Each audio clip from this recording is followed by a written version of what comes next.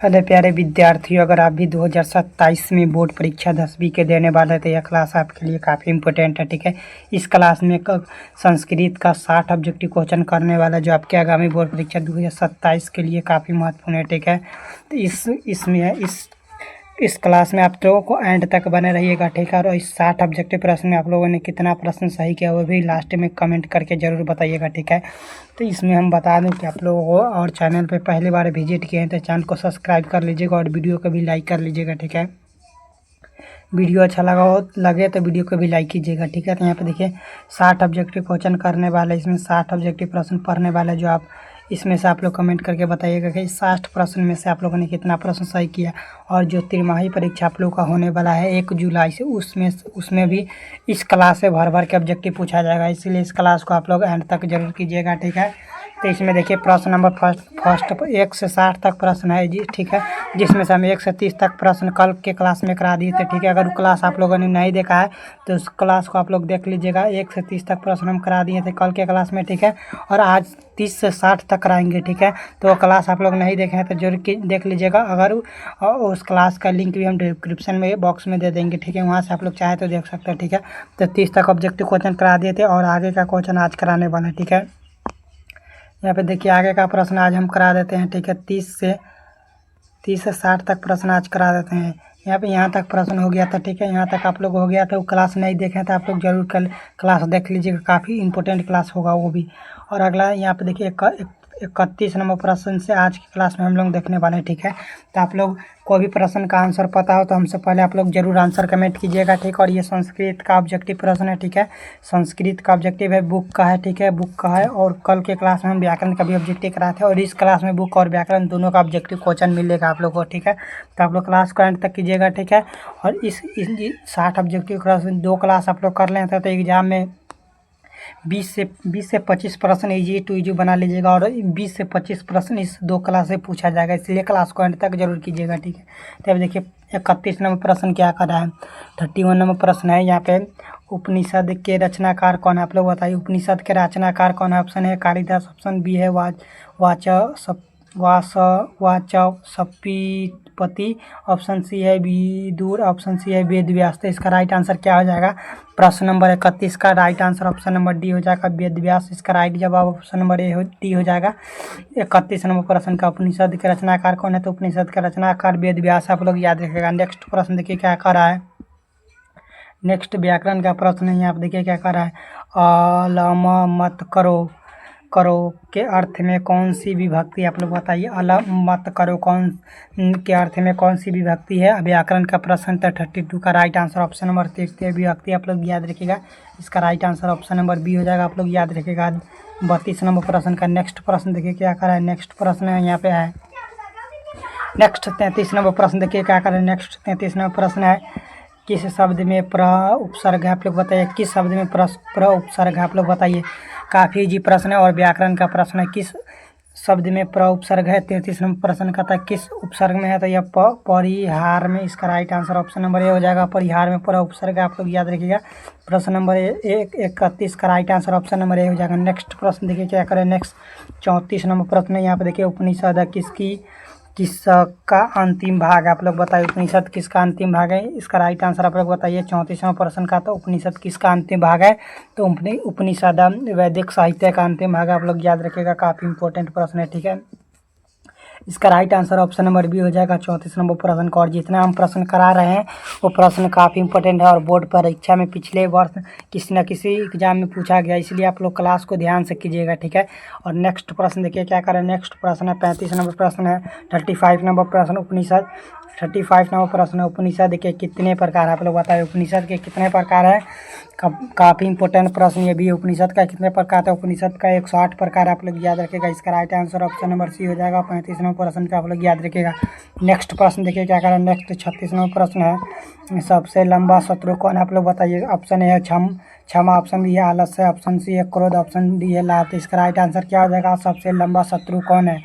36 number प्रश्न का तो सबसे लंबा शत्रु आलस्य, आप लोग याद रखिएगा। आलस अगर कोई भी चीज़ में आप कीजिएगा तो काम आप लोग का बेकार हो जाएगा, इसीलिए आप लोग आलसी नहीं बनिएगा। ठीक है, इसका राइट आंसर ऑप्शन में बी हो जाएगा।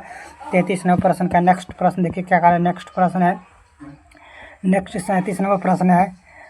37 नंबर प्रश्न, वास्तविक आलसियों की संख्या कितनी है, यानी कि आलसियों की संख्या कितनी है। वास्तविक आलसियों यानी कि असली आलसियों की संख्या कितनी है।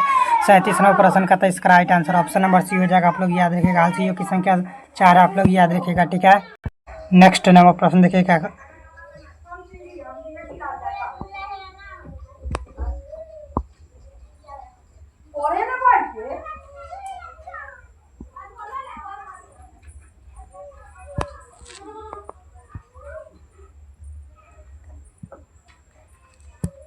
नेक्स्ट नंबर प्रश्न देखिए क्या कर रहा है। नेक्स्ट 38 नंबर प्रश्न यहाँ पे देखिए क्या कर रहा है। 38 नंबर प्रश्न है, आलस कथा पाठ के रचनाकार कौन है। आप लोग बताइए, आलस कथा पाठ के रचनाकार कौन है। 38 नंबर प्रश्न का तो इसका राइट आंसर है विद्युपति है, इसका राइट आंसर।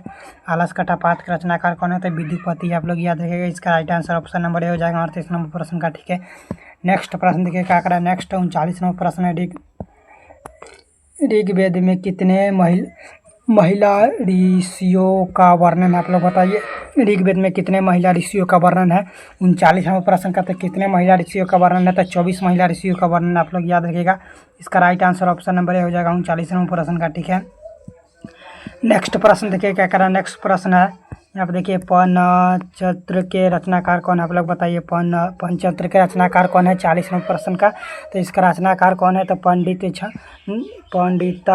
छमारा। इसका right answer option number A हो जाएगा। आप लोग याद रखिएगा, 40 नंबर प्रश्न का right answer option number A हो जाएगा। आप लोग याद रखिएगा। नेक्स्ट प्रश्न देखिए क्या करें। नेक्स्ट प्रश्न है, नेक्स्ट 41 नंबर प्रश्न यहाँ पर देखिए, सत्यमेव जयते किस उपनिषद का मूल मंत्र। आप लोग बताइए, सत्यमेव जयते किस उपनिषद का मूल मंत्र है।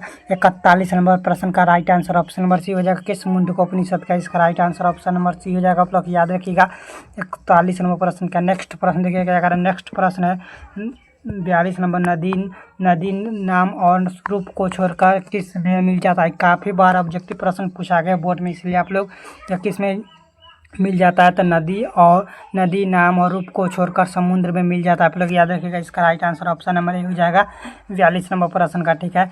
देखिए 33 नंबर प्रश्न यहाँ पे क्या करें। नदी समुद्र में कैसे मिलती है। आप लोग बताइए, नदी समुद्र में कैसे मिलती है। नाम को छोड़कर ऑप्शन बी है, रूप को छोड़कर ऑप्शन सी है, नाम और रूप दोनों को छोड़कर ऑप्शन डी है, बिना किसी को छोड़कर, तो इसका राइट आंसर सी हो जाएगा, ठीक है। यहाँ पे नाम और रूप को छोड़कर नदी समुद्र में मिलती है, इसका right answer option number C हो जाएगा। आप लोग याद रखिएगा। 43 नंबर प्रश्न का नेक्स्ट नंबर प्रश्न देखिए क्या करें। नेक्स्ट 44 नंबर प्रश्न है। 44 नंबर प्रश्न है, देखिए 44 नंबर प्रश्न क्या करा। 44 नंबर प्रश्न, नदियाँ किसे छोड़कर समुद्र में मिल जाती है। आप लोग बताइए। 44 नंबर प्रश्न का तो यह नदियाँ किसे छोड़कर समुद्र में मिल जाती है, तो यह नाम रूप को छोड़कर समुद्र में मिल जाती है। इसका right answer option number A हो जाएगा। आप लोग याद रखिएगा, इसका right answer option number B हो जाएगा। इसका right answer option number B हो जाएगा। आप लोग याद रखिएगा। 44 नंबर प्रश्न का नेक्स्ट प्रश्न देखिए क्या करा। 45 नंबर प्रश्न यहाँ पे, अपने नाम और रूप को छोड़कर कौन समुद्र में विलीन हो जाता है। आप लोग बताइए, कौन समुद्र विलीन, तो नदियाँ विलीन हो जाता है। इसका right answer option number D हो जाएगा। आप लोग याद रखिएगा। अगला नंबर प्रश्न है 46 नंबर प्रश्न है, सत्यापन प्राप्ति के लिए किसे हटा दे। आप लोग बताइए, किसे प्राप्ति के लिए सत्यापन प्राप्ति के लिए किसे हटा दे। आप लोग बताइए, किसे हटा देना चाहिए। 46 नंबर प्रश्न का था, किसे हटा देना चाहिए, तो स्वर्गन पात्र को हटा देना चाहिए। इसका right answer option number C हो जाएगा। आप लोग याद रखिएगा। नेक्स्ट नंबर प्रश्न देखिए। नेक्स्ट 47 नंबर प्रश्न है, सत्य का मुख्य किस पात्र से ढका था। सत्य का पात्र मुख्य किस पात्र से ढका था, हिरण्य पात्र से ढका है। इसका राइट आंसर ऑप्शन नंबर हो जाएगा। आप लोग याद रखिएगा। 47 नंबर प्रश्न का राइट आंसर ऑप्शन नंबर हो जाएगा। नेक्स्ट नंबर प्रश्न देखिए क्या करें। नेक्स्ट प्रश्न है 48 नंबर, सर्वनाम पात्र में सत्य का क्या आच्छादित है। आप लोग बताइए, क्या आच्छादित है। आप लोग बताइए। 48 नंबर प्रश्न का राइट आंसर, तो इसका right answer option number C हो जाएगा, मुख्य, ठीक है। संस्कृत है, थोड़ा पढ़ने में मुझे अति हो रहा है, तो आप लोग उसके लिए मैं आप लोगों से क्षमा मांगता हूँ, ठीक है। इसका right answer option number C हो जाएगा। नेक्स्ट नंबर प्रश्न देखिए क्या करा है। किस पुरुष को मृत्यु के आने की जानकारी हो जाती है। किस पुरुष को मृत्यु के आने की जानकारी हो जाती है। आप लोग बताइए। 39 नंबर प्रश्न का, तो किस पुरुष को, तो साधारण पुरुष, साधक पुरुष को। इसका right answer option number A हो जाएगा। साधक पुरुष को मृत्यु आने की जानकारी हो जाती है। आप लोग यह देखिए 49 प्रश्न का, ठीक है। नेक्स्ट नंबर 50 नंबर प्रश्न देखिए क्या कर रहा है। 50 नंबर प्रश्न है, किसकी विजय होती है? आप लोग बताइए। ऑप्शन ए सत्य की, ऑप्शन बी असत्य की, ऑप्शन सी है दोनों की, ऑप्शन डी इनमें सभी गलत है। तो इसका राइट आंसर की हो जाएगा ए इसका, ठीक है। सत्य की जीत हमेशा होती है, आप लोग याद रखिए। इसका right answer option number A हो जाएगा। इसीलिए आप लोग सत्य काम हर इसका right answer option number A हो जाएगा, ठीक है। सत्य के हर समय जीत होती है, आप लोग याद रखिएगा। नेक्स्ट प्रश्न है, कर्ण का दाता कौन है? आप लोग बताइए कर्ण का दाता कौन है। 51 नंबर प्रश्न का था, कर्ण का दाता युधिष्ठ, ऑप्शन सी है Duryodhan, option C Arjun, option C है वासुदेव। तो इसका राइट आंसर क्या हो जाएगा? कर्ण का दाता कौन है? तो आप लोग बताइए। 51 प्रश्न का था, कर्ण का दाता युधिष्ठ आप लोग याद रखिएगा। इसका right answer option number A हो जाएगा, युधिष्ठिर है। इसका right answer option number A हो जाएगा, आप लोग याद रखिएगा। नेक्स्ट प्रश्न देखिए क्या करें। नेक्स्ट प्रश्न है 52 नंबर, बूढ़े का वर्णन कौन करता है? आप लोग बताइए बूढ़े का वर्णन कौन करता है? आप लोग बताइए। 52 नंबर प्रश्न का था, इसका right answer option number B हो जाएगा, आप लोग याद रखिएगा। जंगली पुरुष का इसका राइट आंसर जंगली पुरुष करता है। अगला नंबर प्रश्न देखिए क्या, अगला 53 नंबर प्रश्न है, व्यवहारिक कथा किस ग्रंथ में वर्णित है? आप लोग बताइए। व्यवहारिक कथा किस ग्रंथ में वर्णित है? तो यह ऑप्शन है ही तो प्रदेश, ऑप्शन सी है पयचंत्र, ऑप्शन सी नीति श्लोक, ऑप्शन सी नीति श्लोक। तो इसका राइट आंसर क्या आ जाकर बताइए। 53 नंबर प्रश्न का था, 53 नंबर प्रश्न का right answer option number A हो जाएगा, आप लोग याद रखिएगा। इसका right answer option number A हो जाएगा। नेक्स्ट नंबर प्रश्न क्या है? नेक्स्ट प्रश्न है 54 नंबर, स्वामी दयानंद का बचपन का नाम क्या था? आप लोग बताइए। स्वामी दयानंद का बचपन का नाम क्या था? तो स्वामी दयानंद के बचपन का नाम मूल शांत था, आप लोग याद रखिएगा, मूल शांत। इसका right answer option number B हो जाएगा। नेक्स्ट प्रश्न देखिए क्या करें। नेक्स्ट प्रश्न है 55 नंबर प्रश्न, स्वामी दयानंद को शिक्षा की शुरुआत किस भाषा में के माध्यम में हुई? आप लोग बताइए। स्वामी दयानंद को शिक्षा की शुरुआत किस भाषा के माध्यम में हुई थी? 55 नंबर प्रश्न का था, किस भाषा के माध्यम में हुई थी? तो संस्कृत भाषा के माध्यम में हुई थी, आप लोग याद रखिएगा। इसका राइट आंसर ऑप्शन नंबर हो जाएगा। नेक्स्ट प्रश्न देखिए क्या करा है। नेक्स्ट प्रश्न 56 नंबर प्रश्न, स्नेह की गुज किससे पैदा होती है? आप लोग बताइए। स्नेह के गुज किससे पैदा होती है? 56 नंबर प्रश्न का था, 56 नंबर प्रश्न का right answer option number C B हो जाएगा, हिमाचल पास से होती है। इसका right answer option number B हो जाएगा। 56 नंबर प्रश्न का नेक्स्ट प्रश्न देखिए क्या करें। नेक्स्ट प्रश्न देखिए क्या करें। नेक्स्ट 57 नंबर प्रश्न है, वया इति किस उपसर्ग से निर्मित है? आप लोग बताइए। वया इति किस उपसर्ग से निर्मित है?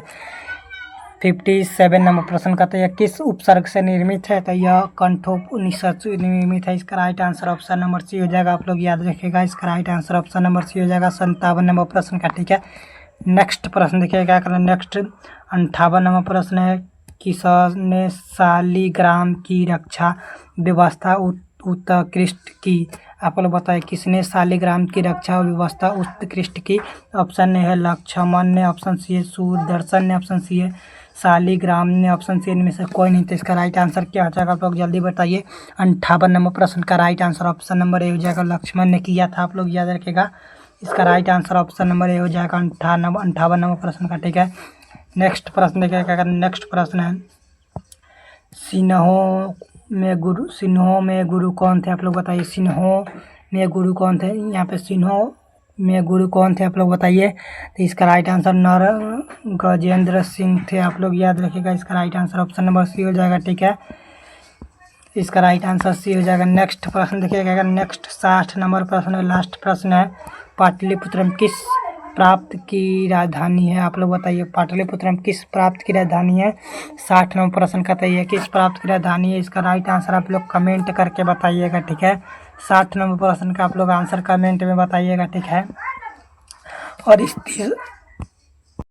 इस 30 प्रश्न में आप लोगों ने कितना प्रश्न सही किया आप लोग कमेंट वो भी करके बताइएगा, ठीक है। इस 30 प्रश्न में से आप लोगों ने कितना प्रश्न सही किया, ठीक है। और कल के क्लास आप लोग नहीं किए हैं तो कल के क्लास आप लोग जाके कर लीजिएगा, चैनल पे अपलोड है, या मैं उसका वीडियो का लिंक मैं इस वीडियो के डिस्क्रिप्शन में दे दूँगा, आप लोग चाहे तो वहाँ से भी देख सकते हैं, ठीक है।